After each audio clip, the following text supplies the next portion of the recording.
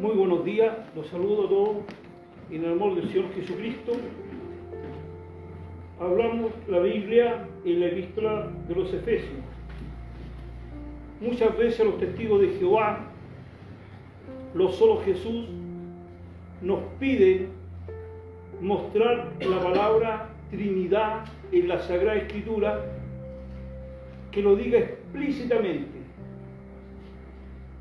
Pero no porque la palabra Trinidad no salga explícitamente en la Sagrada Escritura, eso no significa que implícitamente no se encuentra la señal general de la Santísima Trinidad.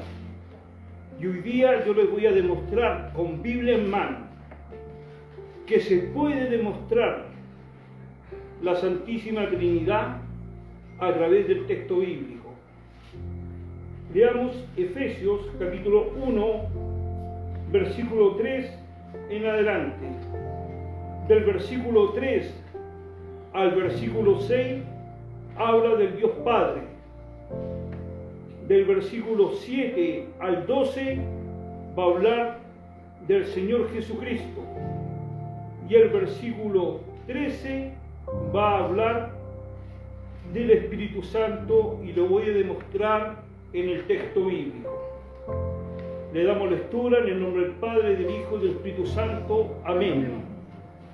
Bendito sea el Dios y Padre de nuestro Señor Jesucristo, que nos bendijo con toda bendición espiritual en los lugares celestiales en Cristo, según nos escogió en Él antes de la fundación del mundo, para que fuésemos santos y sin mancha delante de Él, en amor habiéndonos predestinado para ser adoptado hijo suyo por medio de Jesucristo, según el puro afecto de su voluntad, para la alabanza de la gloria de su gracia, con la cual nos hizo acepto en el amado. Ahora vamos a ver al Señor Jesucristo del 7 al 12.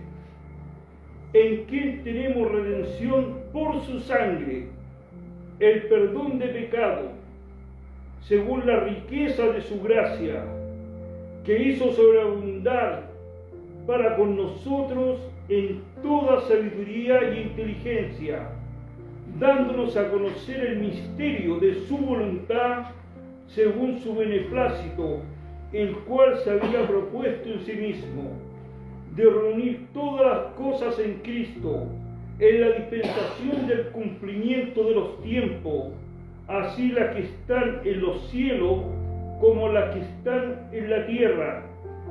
En Él asimismo tuvimos herencia, habiendo sido predestinados conforme al propósito del que hace todas las cosas según el designio de su voluntad, a fin de que seamos para la alabanza de su gloria, nosotros los que primeramente esperamos en Cristo. Ahora el Espíritu Santo en el versículo 13. En Él también vosotros, habiendo oído la palabra de verdad, el evangelio de vuestra salvación, habiendo creído en Él, fuiste sellado con el Espíritu Santo de la promesa. Amén. Ahí demostré la Santísima Trinidad en Efesios capítulo 1, del versículo 3 al 13. Si un testigo de Jehová le pide que usted le demuestre la Trinidad o un solo Jesús, ahí tiene un texto. Que Dios nos bendiga. Amén. Cuando hablamos de concilio, estamos hablando conjunto de obispos, conocido como los padres de la Iglesia.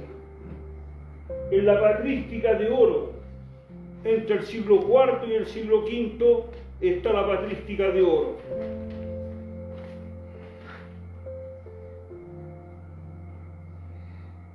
¿Qué entendemos por Trinidad? Trinidad es un Dios en tres personas, separadas, distintas, pero unidas en una misma naturaleza, en una misma consubstancialidad, que comparten la misma esencia, la misma imagen, la misma gloria. Es aceidad. Aceidad significa que existen por sí mismos y que su existencia no depende de otro ser, que son increados. No hablo de tres dioses distintos. Si un solo Jesús, un testigo Jehová, la diosa madre, le dice que son tres dioses, ellos están plenamente equivocados. Por lo siguiente, porque yo no estoy hablando del triteísmo roselino.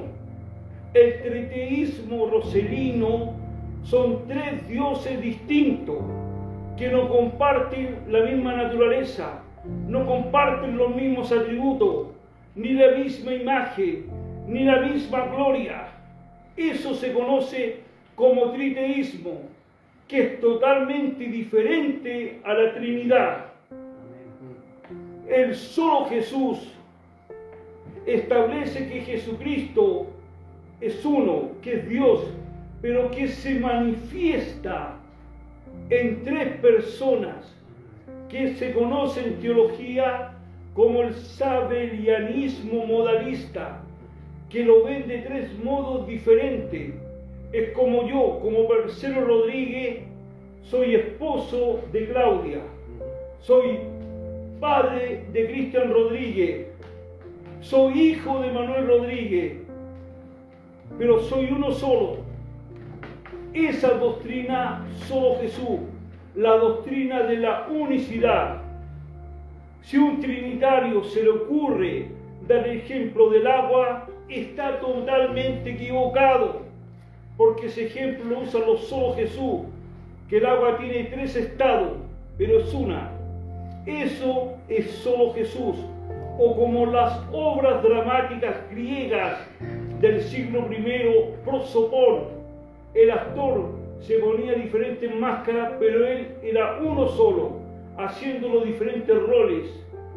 Eso también es un ejemplo del solo Jesús. ¿Cómo entendemos de una forma simple? ¿Cómo podemos ejemplificar la Trinidad? Cuando yo veo al obispo Jesús, a su esposa y a sus hijos, yo digo, mira qué hermosa esa familia. No digo familias, una familia, pero la integran más personas, que cada uno completa un rol diferente.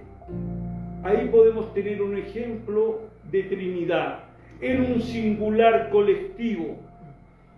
Y cuando establezco la Trinidad ontológica, la ontología tiene que ver con el ser de Dios, con su naturaleza, con su carácter y con sus atributos.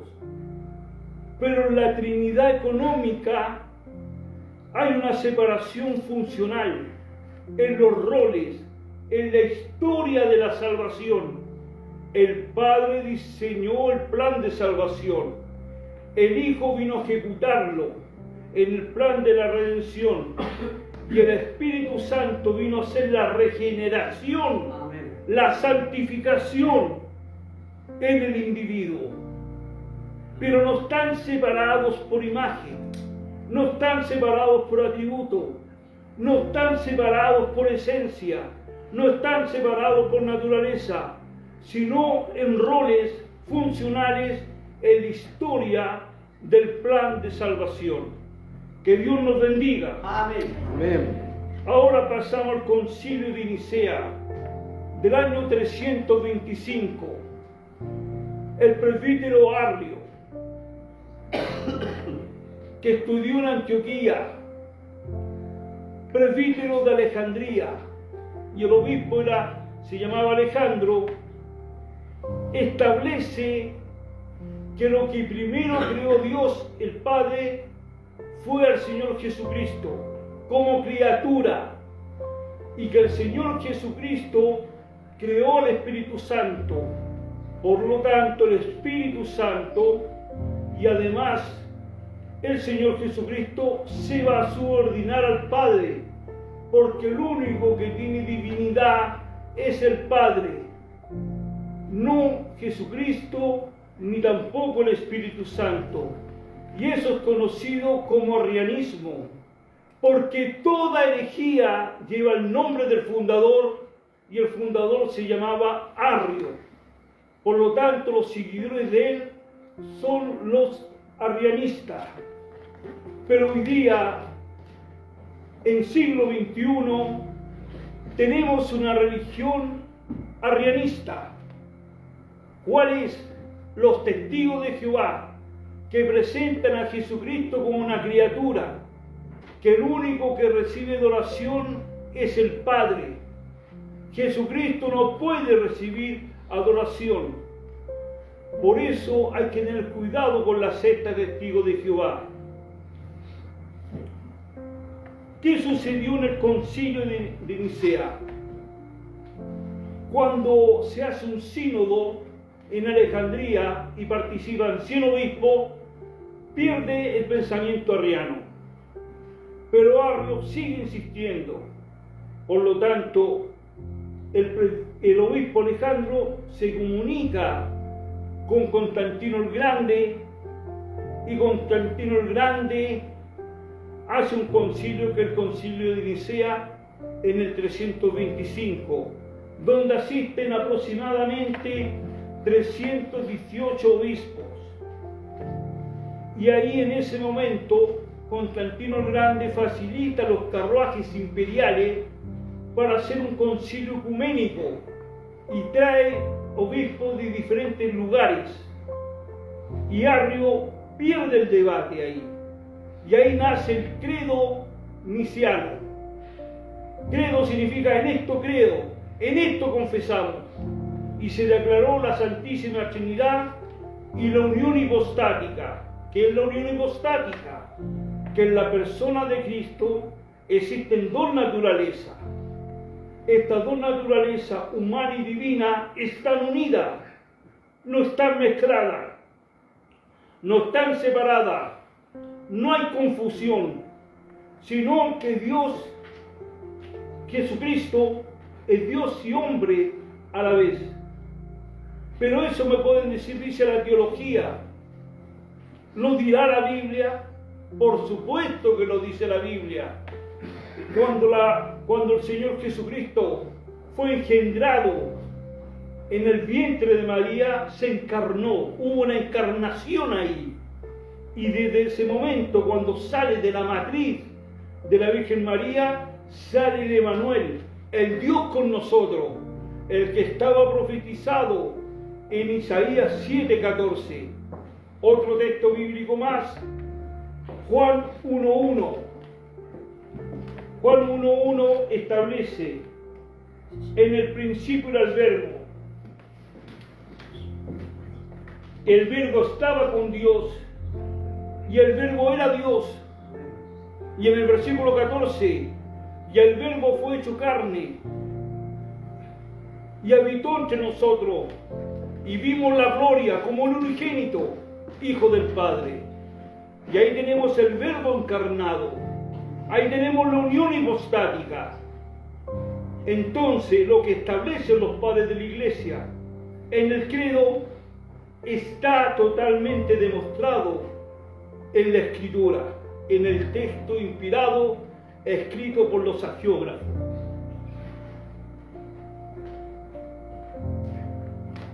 Tenemos también el concilio de Constantinopla del 381, donde también el neumatomaquismo fue una corriente herética que no reconocía la divinidad del Espíritu Santo. Por lo tanto, también se crea el credo neso-constantinopolitano.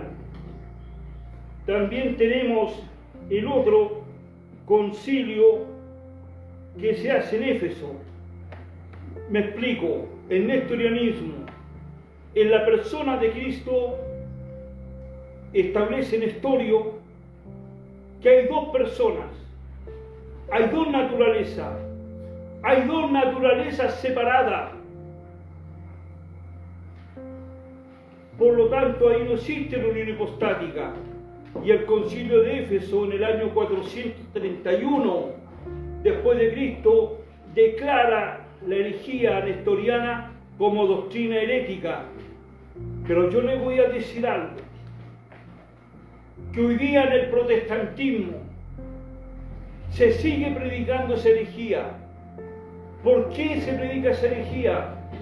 Porque cuando llegamos a la cruz del Calvario, dicen que murió Jesucristo hombre, y no el Dios hombre, que no murieron las dos naturalezas. Es como que el Cristo hombre llega a la cruz y la divinidad se separa. Lo espera después de 3 días, resucita y se vuelven a juntar. Si usted piensa así, que solamente murió el Cristo hombre ahí y no su divinidad, usted está cometiendo una herejía, y esa herejía tiene nombre: nestorianismo. ¿Pero por qué motivo hoy día tenemos esa herejía? Porque hemos perdido el estudio, uno de los más importantes y fundamentales de la dogmática, de la patrística.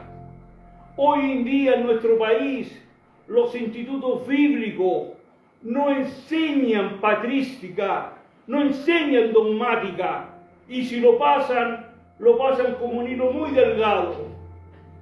Yo me siento orgulloso como cristiano de nuestros padres de la iglesia, que cuando se infiltraba una levadura doctrinal, ellos inmediatamente razonaban. Pero hoy día vivimos en el Evangelio light. Entra la Diosa Madre, el Espíritu Santo Madre, William Soto Santiago, William Marion Branham, los testigos de Jehová, los mormones, los solo Jesús, y la iglesia no está durmiendo, está roncando la iglesia. Por eso necesitamos aquellos que realmente han estudiado la doctrina templaria, tienen que tomar el espíritu del templario, porque el templario no solamente era guerrero, era monje, era alguien intelectual, alguien que daba la vida por la causa de Cristo. Por eso yo admiro al templarismo. ¿Por qué? Porque tiene el espíritu del guerrero, pero también el espíritu del monje. Y nosotros somos los escuadrones de Israel. Nosotros tenemos que defender la sana ortodoxia, estar preparados para combatir a los herejes, porque la levadura corre como ríos y nosotros estamos roncando. Pero los más responsables somos los reverendos, somos los pastores, somos los ancianos, que no educamos a nuestras iglesias, que no le enseñamos una verdadera doctrina, le damos un discipulado que pesa menos que una pluma ví, y de ahí al agua, y de ahí sigue solo. Necesitamos preparar verdaderos comandos intelectuales cristianos, a verdaderos monjes shaolines, a verdaderos ninjas, a verdaderos ninjitsu, para poder combatir la herejía, no con la emoción, sino con la convicción, con el conocimiento del Cristo de la gloria. Amén. También tenemos el monoteísmo, mono único, telema, voluntad. Decían que Cristo tenía solamente una voluntad. También el concilio del 680 al 681 también declaró monoteísmo como una doctrina herética, porque en Jesucristo hay dos naturalezas y también hay dos voluntades no separadas, unidas, porque Él vino como el postrer Adán y toda la raza humana está representada en Él. Pero el postrer Adán es el representante de la iglesia. Y también tenemos el concilio de las imágenes del 787, que es el segundo concilio de Nicea. Las imágenes, muchas veces criticamos las imágenes. El texto bíblico nunca ha hablado contra las imágenes, sino que habla contra la idolatría. Éxodo 20 dice: no tendrás dioses ajenos delante de mí, no te harás imagen. La palabra imagen en el hebreo original es pesel, ídolo. Y nosotros como occidentales tenemos un solo Dios. No somos politeístas y no somos triteístas. No se le olvide que el Dios soberano mandó a hacer imágenes para el tabernáculo y también para el templo. Pero cuando hicieron el becerro de oro, ahí no había problema. El problema fue cuando dijeron: estos son tus dioses que te sacaron de tierra de Egipto. Y esa imagen, esa escultura se transformó en una divinidad. Y ahí pasó a ser idolatría. Cuando yo miro una imagen, no puedo criticarla, porque mi ojo ve la imagen, pero esa imagen es Cristo, y ahí yo veo su naturaleza divina unida con la humana. Y las imágenes en la época, en la edad medieval, existía mucho la gente analfabeta que no sabía leer, porque una imagen vale más que 1000 palabras. Por lo tanto, la imagen fue un método pedagógico para enseñar la Sagrada Escritura. Y el Señor soberano también ocupó la imagen, ocupó PowerPoint, pero natural. Cuando iba al lago de Galilea, alguna parábola, peces buenos y peces malos. Después caminaba por la zona de agricultura, la cizaña y el trigo. Nosotros ponemos una imagen en el data, pero él ponía la imagen real. A gente que podía comprender, porque de eso dependía. Por eso. Y los credos no se contradicen. Los credos son fundamentales, porque nos enseñan la sana ortodoxia, la verdadera fe cristiana, la doctrina fundamental que tiene que tener todo cristiano. Y nos enseña también ahí cómo el credo declara y nos enseña que combatieron las grandes herejías de la época donde el cristianismo estaba siendo infectado. El credo dice que Jesucristo está sentado a la diestra. Por lo tanto, ahí no hay ningún error. Está sentado a la diestra porque el texto bíblico lo dice, que está sentado a la diestra. Lo dice textualmente. El Salmo 111, siéntate a mi diestra hasta que pongas tus enemigos por estrado de tus pies. Y lo dice en varios libros de la Biblia. Que el Dios del cielo bendiga este mensaje. Amén. Y que Dios permita que usted se enamore de la Escritura y que también tenga el espíritu del guerrero, pero intelectual, que ocupa la espada de la Biblia